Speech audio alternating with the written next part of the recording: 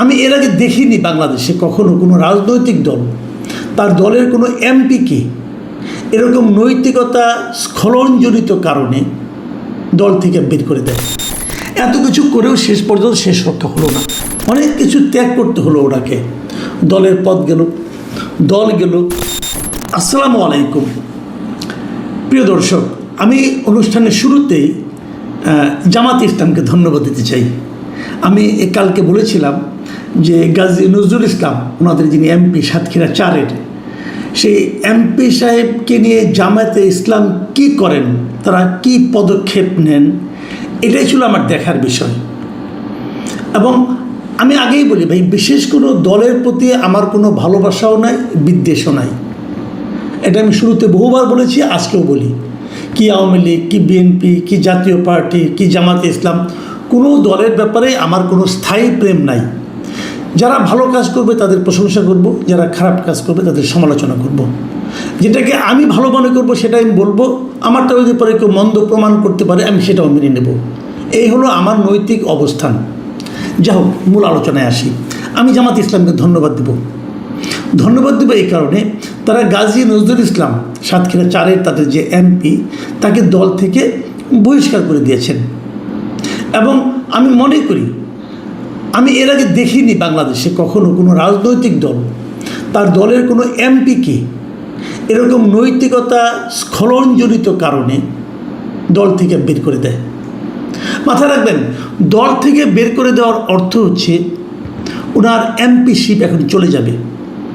দেখেন, অনেকে বলেন, অনেকে এমন কথা বলেন যে আমাদের যে 70 অনুচ্ছেদ আছে, সেই 70 অনুচ্ছেদে বলা হয়েছে যে একজন লোকের সংসদ সদস্য পদ কি কি কারণে চলে যেতে পারে। সেখানে বলা আছে দুটো কারণ না তো বলা হয়েছে এখানে।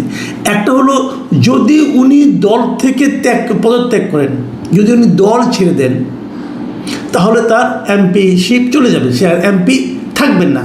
আর দ্বিতীয়টা হলো দল কোনো বিল আনলো, কোনো প্রস্তাব আনলো জাতীয় সংসদে, তিনি যদি সেখানে দলের বিরুদ্ধে ভোট দেন তাহলে তার সংসদ সদস্য পদ থাকবে না। এই দুটো হলো কারণ, মানে এই দুটো ঘটনা ঘটলেই একমাত্র এমপিগিরি চলে যাবে তার। এটা আমাদের জাতীয় সংসদের 70 অনুচ্ছেদে বলা আছে। এটা নিয়ে নানা বিতর্ক আছে। অনেকেই বলেন এই দুটো অনুচ্ছেদ থাকা ঠিক না, এটা গণতন্ত্রের জন্য ভালো নয়, অনেকেই কিন্তু অনেক কথা বলেন। কিন্তু আমি মনে করি যে এই অনুচ্ছেদটা থাকা ঠিক না, আমি নিজেও মনে করি। কিন্তু এখানে যে দুটো কথা বলা হয়েছে, আমাদের এই গাজী সাহেব, আপনার কী বলে, গাজী সাহেব যিনি আবার বীর মুক্তিযোদ্ধা, উনি তো দল থেকে পদত্যাগ করেননি, উনি তো দলের বিরুদ্ধে কোনো ভোটও দেননি। তাহলে ওনার এমপিত্ব কেন চলে যাবে?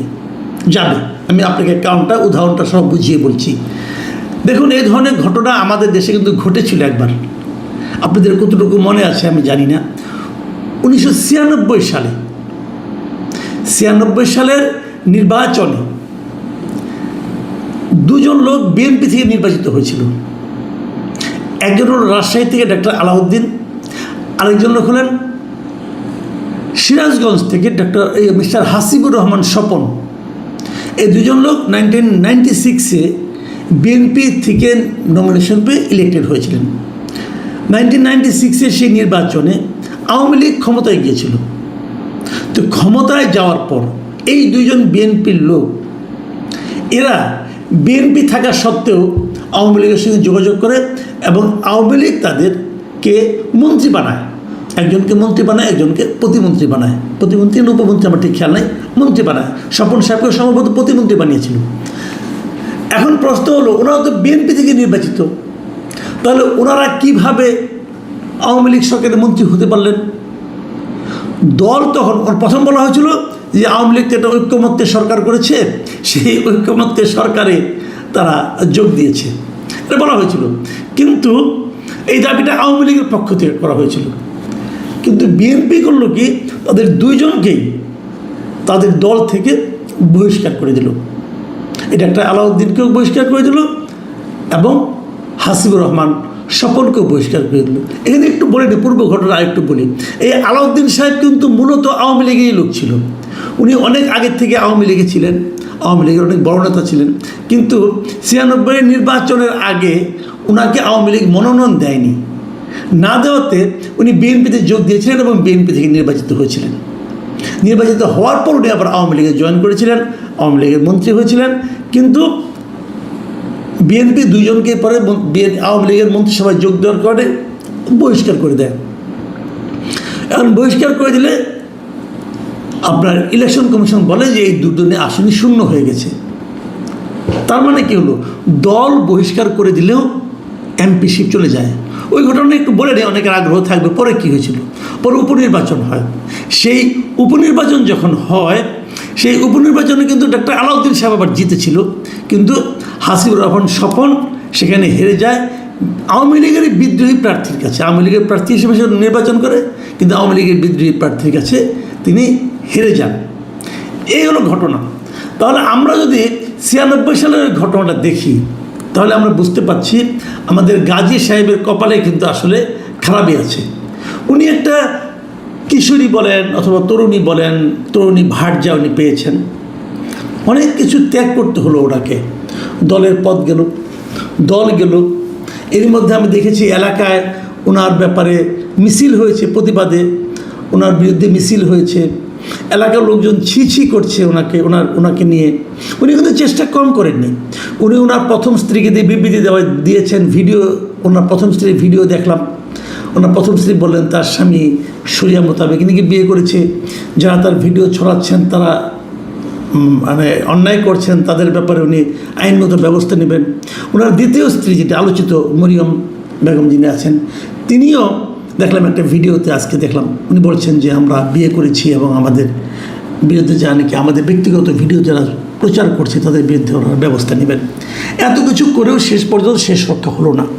আসলে ওনার শেষ রক্ষা হওয়ার কোনো কারণও নেই, কারণ উনি একটা করে মিথ্যা বলছেন আর ধরা খেয়ে যাচ্ছেন। আজকে সকালে প্রথমে আমার এক পরিচিত লোক, উনি আমাকে একটা অডিও রেকর্ড পাঠিয়েছিলেন।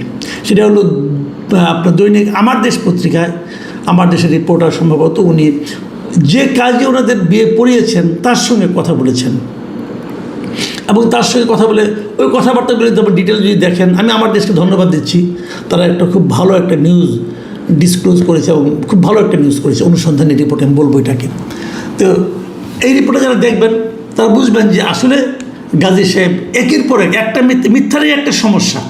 আপনি যদি মিথ্যা বলেন না, একটা মিথ্যাকে এস্টাবলিশ করার জন্য আরেকটা মিথ্যা বলতে হয়, তখন সিরিজ অফ মিথ্যা আপনাকে এমন অবস্থায় ফেলে দেয় যে তখন আর কোনো মান সম্মান রক্ষা করার কোনো সুযোগ থাকে না।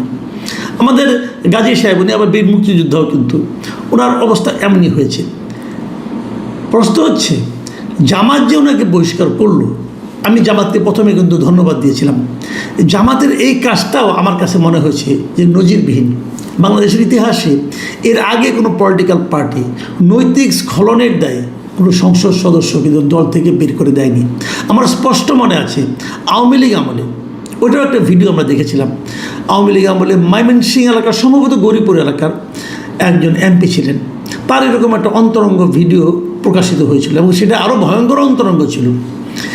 সেই ভিডিও প্রকাশিত হওয়ার পর আমি ভেবেছিলাম যে এমন একটা লুচ্চা টাইপের লোককে নিশ্চয়ই আওয়ামী লীগ নিজেদের এমপি হিসেবে অব্যাহত রাখবে না, তার কার্যক্রম নিশ্চয়ই তার বিরুদ্ধে দলীয় কোনো অ্যাকশন হবে। কিন্তু আমি দেখেছি কিচ্ছু হয়নি। উনি এমপি ছিলেন শেষ পর্যন্ত। তো এই ধরনের ঘটনা কিন্তু আওয়ামী লীগে ঘটেছে, কিন্তু তারা কোনো অ্যাকশন নেয়নি। এই প্রথমবার দেখলাম জামাতে ইসলাম একটা অ্যাকশন নিল।